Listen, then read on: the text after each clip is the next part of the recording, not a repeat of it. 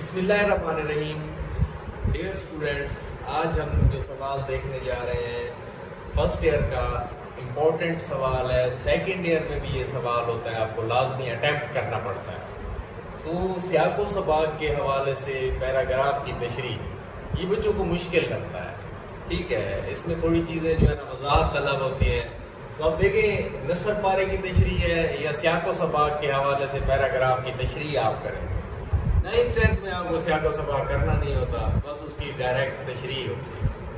यहाँ पे थोड़ा सा तरीका जो है वो तब्दील है। अब इस सवाल के 15 नंबर हैं। 15 देखो, ये 1 जमा 1 जमा 3 जमा 10 15 टोटल, ठीक है। अब देखो, सबक का उन्वान जो है ये 1 नंबर का हो गया, ठीक है। और फिर मुसन्निफ का नाम है, ये 1 नंबर का हो गया। सियाको सबाक 3 का और तशरीह जो है ये 10 की। ये टोटल इसके जो है 15 नंबर इसके टोटल हो गए।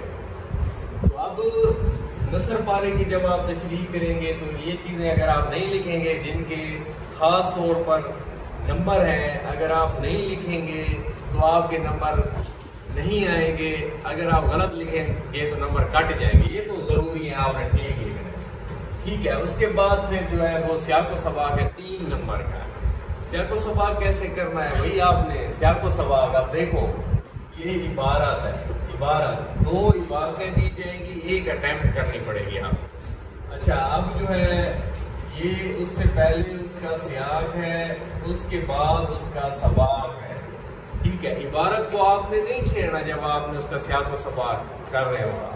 बेटा याद रखिएगा, सियाको सबाक जो है वो सियाको सबाक जो है 2 तरह के होते हैं, एक मिसाली एक इजमाली। मिसाली तो ऐसा होता है जिससे उसके पीछे और उसके आगे की बात की जाए। सियाक यानी पिछला, सबाक जो है वो सबकत ले जाना से, अगला सबाक सबकत से है। सियाक का मतलब होता है पीछे, ठीक है। तो ये आसान सा होता है। हाँ, आप इसमें जो है ना यानी मुख्तसर सा खुलासा भी लिख सकते हैं, मुख्तसर सा खुलासा भी लिख सकते हैं। क्यों? क्योंकि खुलासे में पीछे की बात भी होती है और आगे की बात भी होती है, ठीक है। अब देखो, ये सियाक है, उससे पहले की 6-7 सबक का खुलासा आपको अच्छा आता है, बहुत अच्छा आता है, तो उससे पहले की 6-7 लाइनें लिख दो, उसका सियाक बन जाएगा। और सबाक उसका आगे की 6-7 लाइन। ये मिसाली की बात कर रहा हूँ, ठीक है।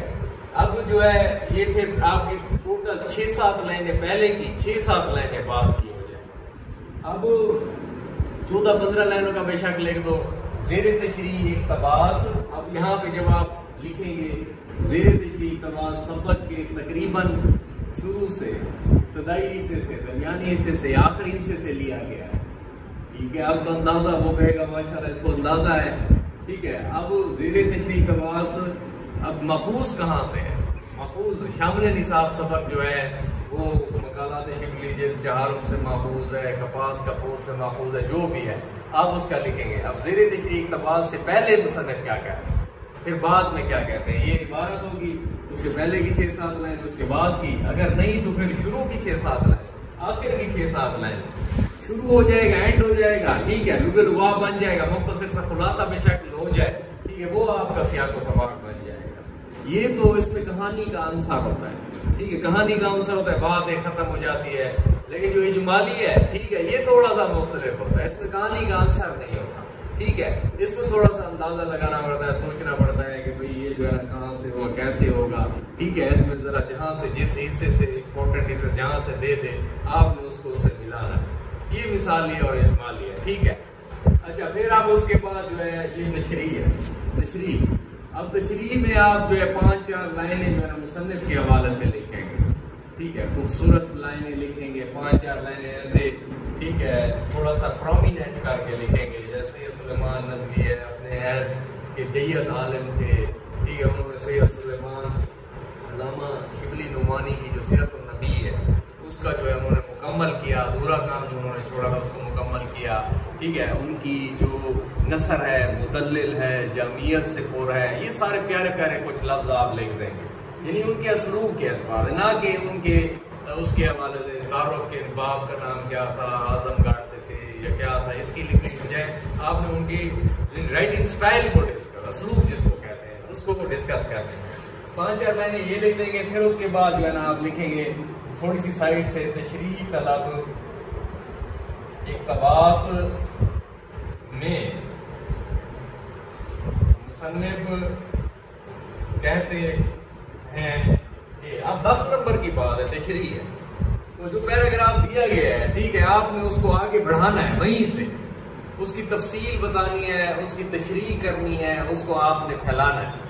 जब आप फैला लेंगे, ठीक है, तो फिर जो है आगे, क्योंकि आप सबक के खुलासे में से भी चीजें ले सकते हैं, ठीक है। वो कहते हैं ना, कोई सर कहते हैं कि बस आपने खुलासा लिखना ही नहीं, जब लिखना ही नहीं है तो आगे बढ़ाओगे कैसे?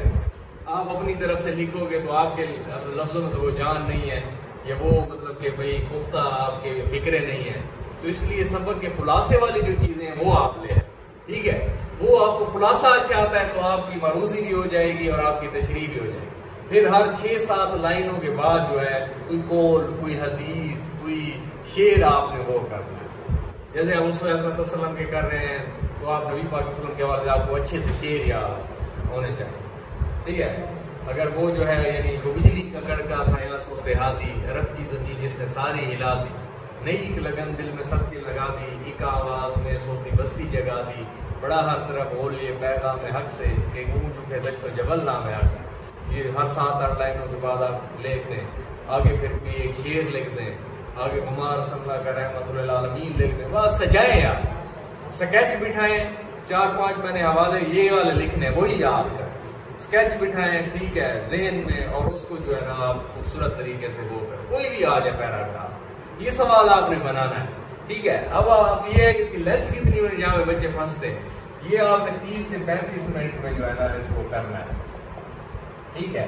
ये 13-14 लाइनों का सियाको सवाक हो जाएगा। फिर आपने 2.5 से 3 पेज, 2.5 से 3 पेज, ये आपने इसकी जो है ना तशरीह करनी है, मुकम्मल हो, उसमें रिलेटेड अशार हो, 4-5 हवाला जात हो, एक बात हो, यानी फिट हो, राइटिंग फिट हो, स्टाइल फिट हो, फिर तो आपको 13-14 नंबर दे जाएगा।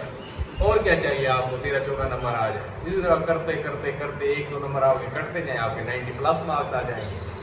अब आपको समझ आ गई है ना, अब तो कोई दिशने की तो बाकी नहीं रह गई कि ये सवाल हमने ऐसे करना है और इस तरीके से करना है। अब कर लेंगे ना इंशाल्लाह।